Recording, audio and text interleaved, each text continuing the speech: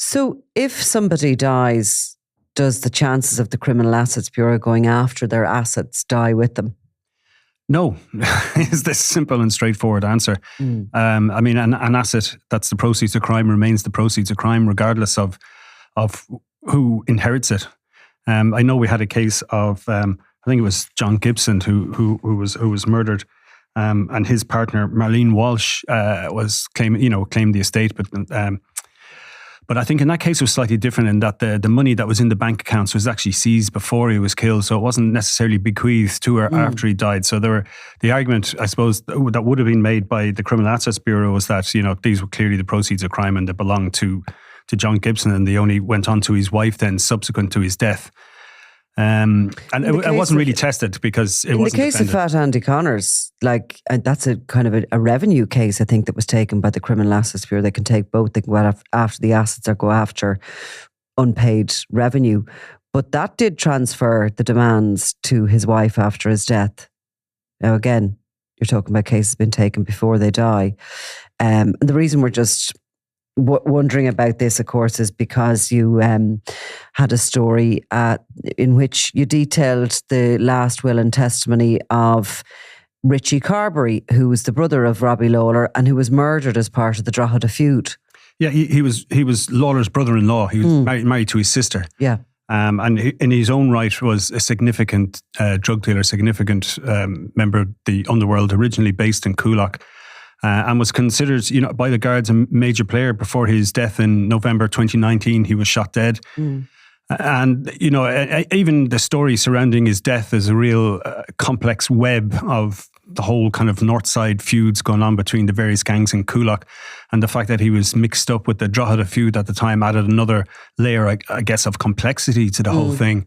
But while there'd been a previous attempt in his life, I think the previous March, somebody had come to his door and tried to shoot at him.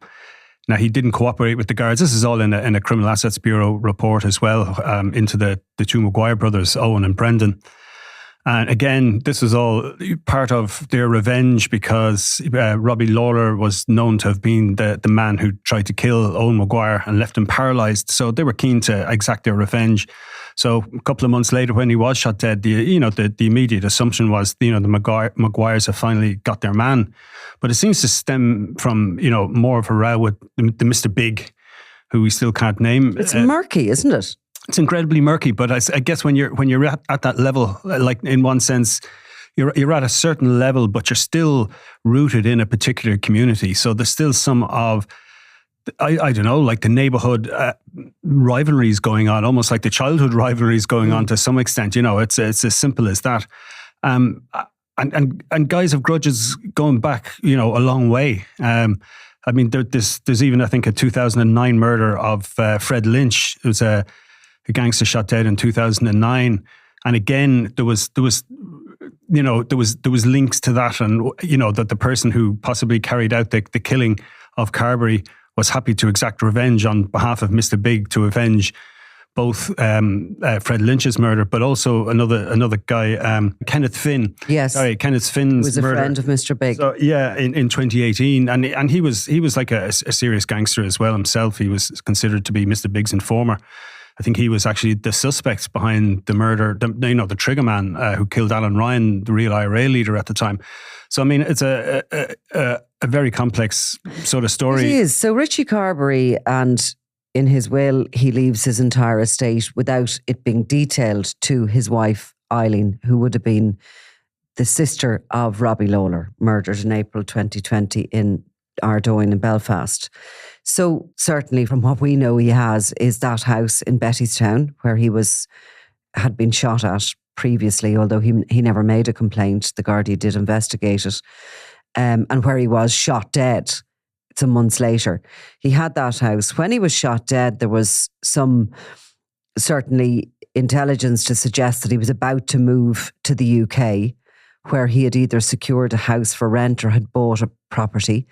And apart from that, we know of one other property that he may have that was firebombed or... Yeah, there was another one that was the year before then that was firebombed. There was a new house that apparently they were going to move into in Balrath.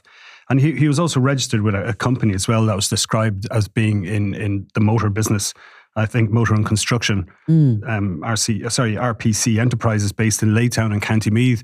So, I mean, there wasn't, so, I mean, it was a very standard will. I mean, I was very much kind of everything I have, I'm leaving to my wife, and in the event of her death within 30 days, then it's going to go to her sister, Eileen's sister, to Charlene Lawler, and it mentions then a brother-in-law called Shane Dillon. So the assets would transfer onto them in the event of her death, which is just a standard thing. I suppose what's noteworthy was that it was registered in September 2018, which was pretty much at the height of the feud going on, and certainly in between, you know, an unsuccessful attempt and a successful attempt. I mean, if you consider that it was. The following March, like was the next attack on him, and then it was, you know, subsequently then November he was actually killed. So it was just over a year later. Like I guess the will would have kicked into force. So it's certainly like, I don't know, did he know it was coming, or was he preparing for the worst? He must have been certainly concerned that, you know, how were his family going to be left, because somebody dies without a will, and it's a bit of a shit show for a while. You know, having to get. There's a word for it, what you have to get if people die without a will. I know it's just very complex. But Carberry starts out his career in Coolock area, and he builds up, quite under the radar really, a pretty significant drug outfit, along with his brother Stephen Carberry. And there was another business partner who had moved to Meath. Like, he's living in Coolock, and that's where he's based, as is Mr. Big, the Mr. Big organisation. And there is clearly some rivalry or some falling out there. They certainly don't appear to be working together or joining forces together. Carberry seems to have ambition to have his own outfit. He is from a very early stage, because he's only 39, of course, when he dies. He has companies, and he's obviously quite sophisticatedly laundering his funds through his companies. And from memory, I think it's around 2013 that he moves to Bettystown. And around that time and onwards, you see quite a few significant drug dealers migrating into those more rural towns. I suppose they believe they can live under the radar. But also, Bettystown is close to Drogheda, which has got this, you know, burgeoning population. And it's a very successful town. Like, Drogheda is one of those commuter towns that there's high employment. It's young, and it's that distance from Dublin that people tend to socialise there rather than in the city centre, in the capital. So they go home to socialise, which I think all came together to create a bit of a cocaine gold rush there. I think some of these guys like the idea of having their own compound as well. You know, I mean, we'd probably just call it a plot or a site. You know, you build your house in it, but you know, it's a place where you can fence off and have lots of security. Let the dogs run wild if that's what you want, or keep your sulkies and horses in the paddock next door. You build a garage. You know, you can have your own version of the den, whatever you want to use that for. If it's not table tennis, you'll think of something else. Yeah. You know, I mean, so, and plus, you know, we've spoken about this before, these guys have money to burn, so they want to do something. So, you know, like a nice house, you know, away from maybe the smaller house that they might have grown up in. It's a status symbol as much to themselves and their family, to show that they've moved on up and they're out in the suburbs, or they're in the countryside. Plus, it's kind of easy to hear someone coming for you. Yeah. So I think there's a whole bunch of kind of reasons. I mean, we see other people go the opposite way. I mean, there's some serious. They stay put. They stay absolutely put because they can trust, or they can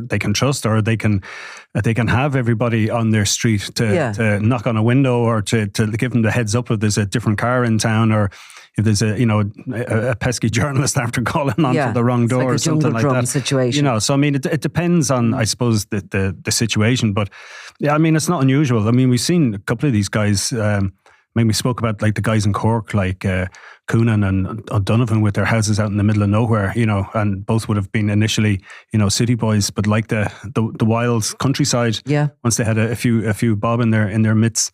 They can certainly, like everybody, have bigger properties, I suppose, and somewhat a better lifestyle. I think Carberry shows ambition, though. I mean, as soon as he gets to Bettystown, he again, you know, opens a couple of businesses. I think there was possibly purchased a salon up around there somewhere. His in-laws, of course, Robbie Lawler, and his wife's mother, anyway, is living in Laytown. The family away, seem to migrate up to the sort of County Meath, Louth border area. But I think Carberry, who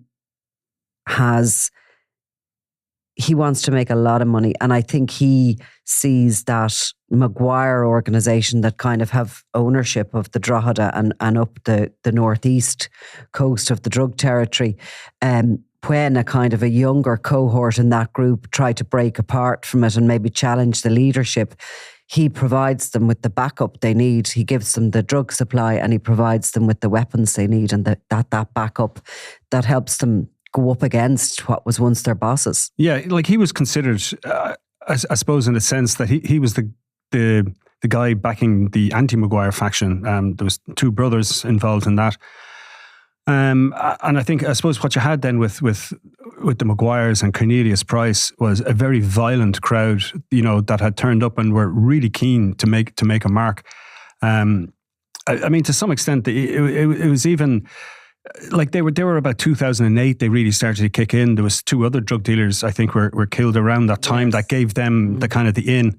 And so all of a sudden, the people that Carberry was running to some extent, he was more or less the director of operations. That's the theory anyway.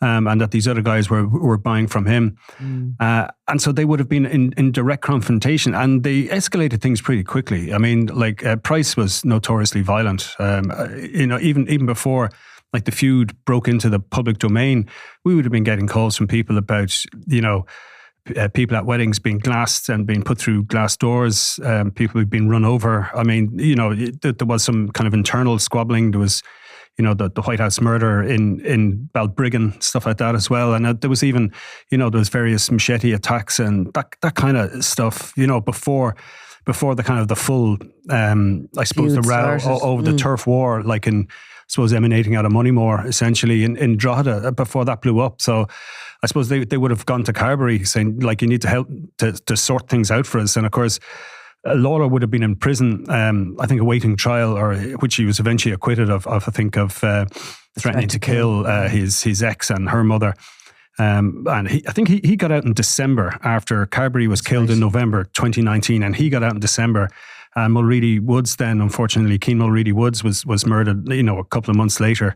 And that was, the infamous case of the 17-year-old whose dismembered body parts were found in various places. And that was very much, as we know, was a message Lawler wanted to send out. Yes, I am as crazy as they say I am. We know that while he was still inside, he more or less, there was an intercepted phone call, maybe he deliberately did this, where he actually named Mr. Big as the person behind his brother-in-law's murder, and pretty much said that, yeah, we're going to avenge this. And it was kind of like that he was blaming them all. So he was blaming Cornelius Price, he was blaming Owen Maguire and Mr. Big, that the three of them had come together, maybe joined forces in order to take out Carberry. And obviously then the reactionary murder of Keane Mulready Woods was against the Maguire faction, Cornelius Price, and, a bit more complex about how that was against Mr. Big. There was some commentary that maybe Mulready Woods was, they were from that younger crew that might have been working with. I mean, I just got confused about it, to be honest with you, Eamon. There was so many different strands of stuff. But when you come on to Robbie Lawler's murder, that's where it just becomes so intriguing. And, where you see a kind of coming together of a lot of organisations in an opportunistic fashion. They all want rid of Lawler and they all provide something. And then they all kind of claim it in their own way. Maybe Cornelius Price through his bizarre video as he toasts with the Captain Morgan's rum. You see younger members of the big organisation also celebrating online in the aftermath of it. Clearly Owen Maguire has skin in the game. He's left paralysed by Lawler. And then we had that situation where you have the Dunans up with him and they're arrested and released. And you have Barry Young from Sligo. Exactly. So, I mean, you have this complete, it's full A-team really of that level of drug dealer. To me, it is one of those, I mean, if it was a drama, you're bringing all these... trying to simplify the plot. You would be just trying too complicated. Exactly. Like, you'd have to be taking notes watching that movie. It brings together sort of all these kind of elements of the underworld that, when you peel back the pieces, you can see why they're connected. I mean, Barry Young's conviction, and he pleaded guilty to directing a criminal organisation. We heard during his sentence hearing that he was pretty much living in terror of, he owed money up. He wasn't named in court. It was that he owed money up the lines to the big organisation and was doing big bidding for a long time in Sligo. And I mean, it's just this murky underworld, I think, that maybe we'll never understand it fully. And even like it came out with the Ian McMarro, who would have been part of Barry Young's gang, that they would have had connections to drug dealers based in Meath, which is exactly where Richie Carberry was from. Exactly. But it was more Sean Dunn's family, as a brother of his, Philip, that he was involved with at that time. Or certainly that's who was named in the Criminal Asset Bureau affidavits that we saw. Of course, Ian McMarro, shortly after that case last year, I think, was killed in a motorcycle accident. And there was his partner, Claudia Gethens, as well, was named in the case, which is something you've talked about before, that, Carber going after the women as well and making sure that they're not used to hide wealth. And, you mentioned Barry Young. It was just yesterday, like his former partner was convicted in court of money laundering on his behalf, and it was put forward that she was naive.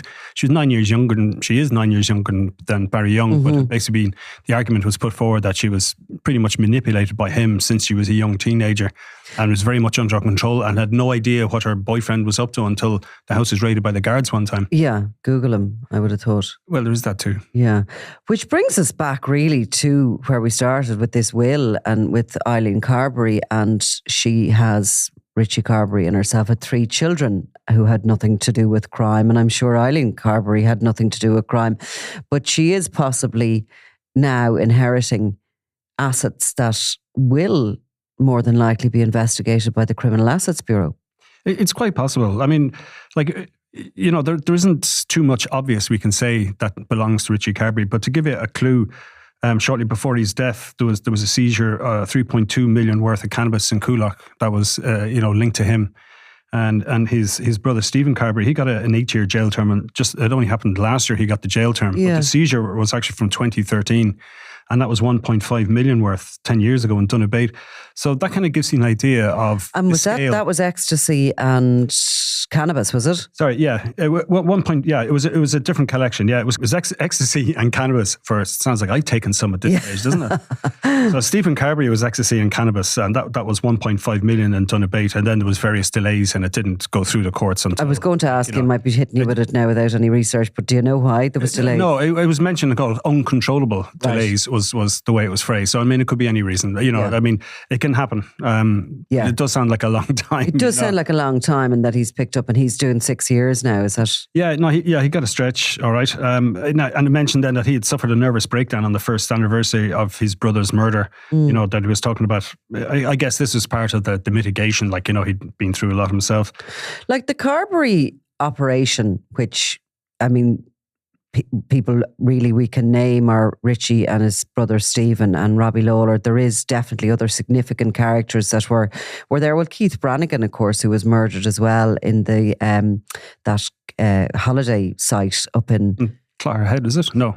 Lowther Meath, very close. Yeah. It was one of those seaside resorts around there. He was, of course, murdered before Richie Carberry. He was involved in that grouping.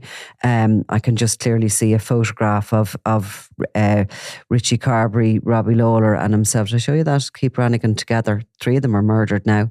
They were all out having a pint and looking like they were on top of the world. So that organisation has been wiped. Yeah. But the drugs are still moving. Like there's someone else moving them on now who, like we know, like Owen Maguire is probably still working away from his wheelchair. like that organisation is still intact. It's a relatively small thing, but they were involved. For those who don't remember, Cornelius Price, of course, died in the most strange circumstances. It was like all those sort of heads of that. It's another slight subplot, isn't it? And it was like all the heads of that Drogheda feud seemed to have been cursed. Yes, he got this brain swelling, something encephalitis of some form. And of course, the rumour mill among some of my contacts was going quite mad, saying he'd been poisoned and all the rest of it. But it was a bizarre... No, it was like a viral infection. But the idea that it hit him when it did, in the middle of, just before he was to go on trial for a bizarre plot to kidnap a British drug dealer and his brother, and, which these guys are stripped naked and threatened and held. And of course, the only person who was convicted, and that was Desi Dundon. Were they businessmen? No, one of them was a convicted drug dealer, because I was over at the sentencing of Desi Dundon in where is it again? Sure. In London, anyway, near Tottenham, near White Hart Lane. Ger Dundon, Sorry, it was Ger Dundon. Yeah, sorry, the youngest of the four. This is the thing. There's so many bloody names in this. You have to try and keep yourself straight. Sorry, yes, so many characters. I apologise. Desi is serving life, of course, for murder. Yeah, and Ger isn't. He's serving a long stretch now for this kidnap and for weapons and theft as well. That was a bizarre case as well. But absolutely. And he, of course, Dundon had changed his name, and of course, Dundon had been arrested for murder of Robbie Lawler and released along with his nephew Levi Killeen and his associate Quincy Bramble. And they had been released, Killeen unconditionally, by the PSNI and allowed travel back over the border.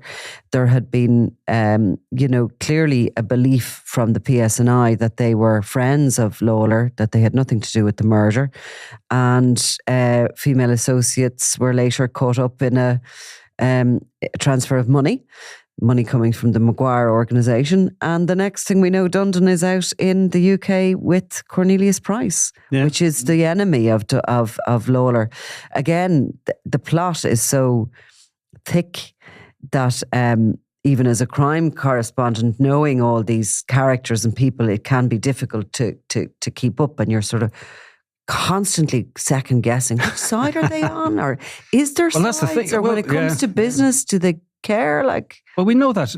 We always know that from any definition of like a criminal gang, they're not a tight single membership. That you have lots of different people who will side with different people at different times, depending on what's going on. Like, they'll work together with somebody to do armed robberies. They'll work with someone else to move drugs and someone else to do whatever else.